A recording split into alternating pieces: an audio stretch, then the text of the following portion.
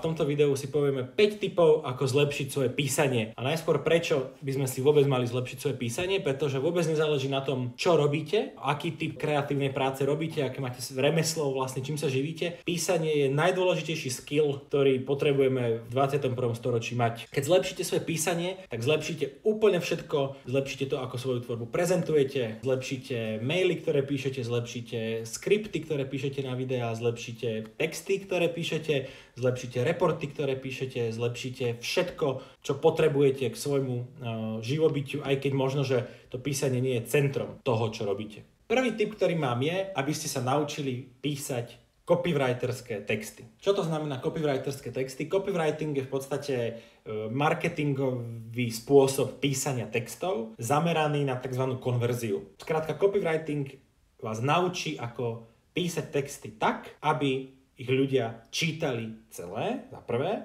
a za druhé, aby aj urobili to, čo po nich chcete. To vôbec nie je o tom, že musíš písať reklamu, alebo že musíte teda písať reklamu, alebo reklamné texty, keď sa naučíte princípy copywritingu. To je o tom, že sa naučíte písať zaujímavejšie, tak aby to ľudí bavilo, tak aby to bolo prehľadné a najmä tak, aby urobili to, čo po nich chcete. Takže to je môj tip číslo 1. Druhý tip, ktorý mám o písaní, je, aby ste svoju tvorbu a svoje písanie zdieľali s ostatnými. To je akoby niečo, čo sa ja snažím vo videoformáte robiť tu a v písanej forme na mojom newsletteri dominikharman.sk, kde každý týždeň píšem práve takéto tipy, ktoré sa teraz aj snažím dať do videa. Ale prečo by ste vy svoju tvorbu a hlavne svoje texty mali zdieľať na internete? Tak poprvé, aspoň u mňa to tak funguje, že keď niečo zdieľam na verejnosti, tak sa donútim to urobiť. Mne je písanie už ako keby typické, ale tiež som sa musel niekoľko rokov do toho premáhať, hecovať sa, aby som vlastne naozaj pravidelne písal a zlepšoval sa v tom. A čo mi skutočne pomohlo, bolo, keď som si založil newsletter a začal zdieľať svoju tvorbu so svetom a už ľudia postupne sa naučili, že to majú odo mňa očakávať, majú.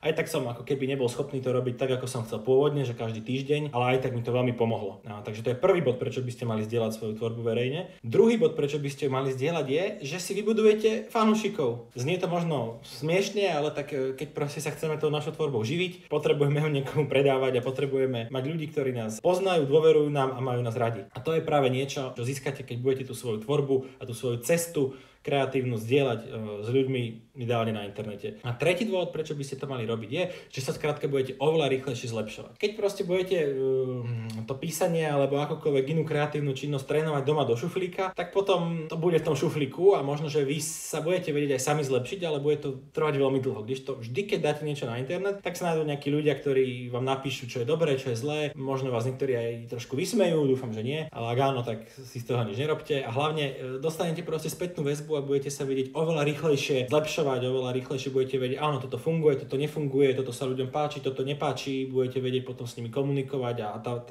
tá vaša krivka, ktorou sa zlepšujete, pôjde proste oveľa rýchlejšie hore. Ako zdieľať svoju tvorbu s ľuďmi na internete?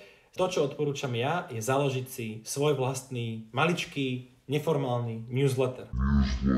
A predtým, než to rýchlo vypnete, tak ma vypočujte. Newsletter, respektíve e-maily, sú najlepší spôsob, ako vieme komunikovať s ľuďmi cez internet tak, aby to čo najviac vyzeralo ako rozhovor 1 na 1 naživo. A super na tom je to, že to viete napísať raz a viete to poslať 10, 100, 1000 ľuďom, všetkým, ktorí odoberajú váš newsletter a ktorí sa prihlásili, že chcú od vás počuť. A najlepšie urobíte, keď budete používať tú istú službu, ktorú používa aj Terminator, a to je služba ConvertKit, ktorú ja používam tiež už osobne asi 5 rokov, som ich partner aj affiliate, veľmi hrdý affiliate, ale odporúčal som ich aj dávno predtým, než som sa stal ich partnerom. ConvertKit je služba zameraná špeciálne na kreatívcov, špeciálne na ľudí, ktorí sa živia svojou tvorbou alebo chcú živiť svojou tvorbou. Všetko je tomu prispôsobené v ich produkte, je to naozaj úžasné. Nebudem tu o tom sa rozkecávať viacej. ConvertKit bol dlho platená služba a teraz majú program, kde môžete mať až 1000 odberateľov úplne zadarmo. Takže keď pôjdete dole do popisu tohto videa, tak tam nájdete partnerský odkaz, ktorý keď sa zaregistrujete, tak budete mať 1000 odberateľov vášho newsletteru zdarma. Nepotrebujete ani míňať stovky eur na developera, robiť si web a tak ďalej. Všetko zadarmo v ConvertKite. Link je dole v popise. Ďalší typ opísaní, ktorý mám je,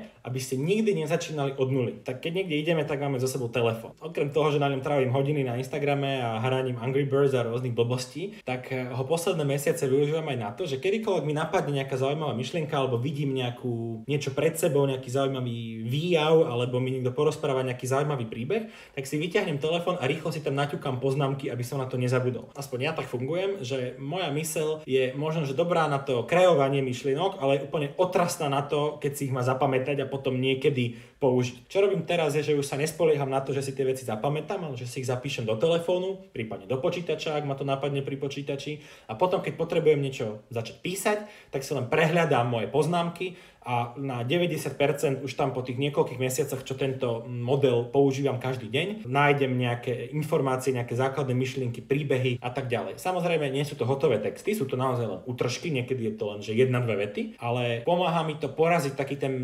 kreatívny blok alebo spisovateľský blok, keď si jednoducho zapneme ten Google dokument a bliká tam na nás ten kurzor a vlastne začíname od prázdnej strany. Takže týmto spôsobom to odporúčam aj vám a bude sa vám písať oveľa ľahšie, rýchlejšie, lepšie a bez stresu. Štvrtý tip na zlepšenie písania je, aby ste nepísali ako autori z 18.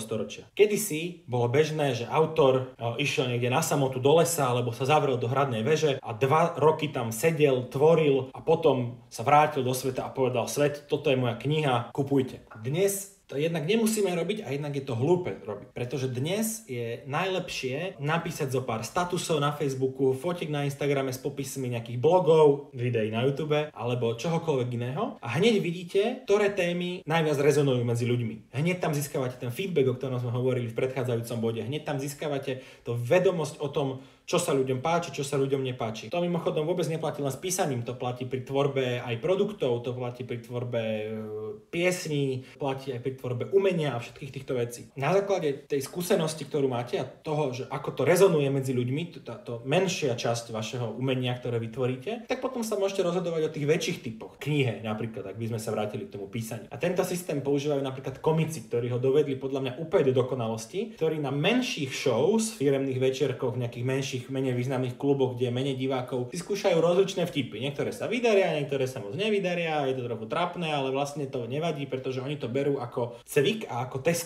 testovanie vlastne reakcií toho publika. A ako Jerry Seinfeld povedal, akákoľvek je reakcia vašeho publika, tak je to tá správna reakcia. Inými slovami, hneď viete z toho publika získať ako keby tú spätnú väzbu, že čo s nimi rezonuje a čo s nimi nerezonuje. No a potom, keď sa nejaký vtip uchytí, tak ho zaradia do svojho hlavného programu a to sú potom tie hodinové stand-upy, ktoré vidíme na Netflixe, alebo tie hlavné shows, ktoré potom v silných rečiach vidíte v nejakom hlavnom programe pred veľkým publikom v telke. A to isté môžete urobiť aj vy so svojím písaním alebo iným kreatívnym skillom. 5. tip záverečný je už len taká lahôdka. Zrejme veľa z vás, alebo možno aj väčšina z vás používa Google dokumenty, takže tento nasledujúci tip vám ušetrí podľa mňa do konca života hodiny a hodiny času. A to je tip, ako najrýchlejšie vytvoriť nový Google dokument. A namiesto toho, aby ste museli ísť do dokumenty.google, neviem čo, vytvoriť nový dokument, bla bla bla. Stačí do vášho prehliadača napísať .new a otvorí vám v novom okne nový Google dokument. Vyskúšajte, je to fakt mega tip, je to možno taká drobnosť, ale keď ako ja píšete každý deň, tak tento jeden tip vám každý deň ušetrí možno aj pár minút času a podľa mňa to sa nazbiera, je to čas, ktorý môžeme využiť na ďalšie písanie, oddychovanie, pozeranie filmu, barčo a nemusíme ho stráviť tým, že budeme čakať, kým sa nám otvorí nejaký dokument. Takže to bolo mojich 5 tipov na zlepšenie písania. Dúfam, že vás to bavilo, dúfam, že sa neprepadnem od hanby podľa vašich reakcií, ale každopádne mi prosím napíšte úprimne do komentárov, čo si o to myslíte, o čom by som možno mal urobiť ďalšie videá. A ak chcete sledovať moje písateľské výtvory a chcete byť tými, ktorí mi dávajú spätnú väzbu na moju tvorbu, tak choďte prosím na dominikharman.sk a prihláste sa do môjho týždenného newslettera o marketingu, e-mail marketingu, budovaní publika a zarábaní si svojím umením a tvorbou na internete. Ďakujem pekne, ak sa vám to video páčilo, tak stlačte subscribe, dajte tam taký ten zvonček a uvidíme sa na budúce. Čaute.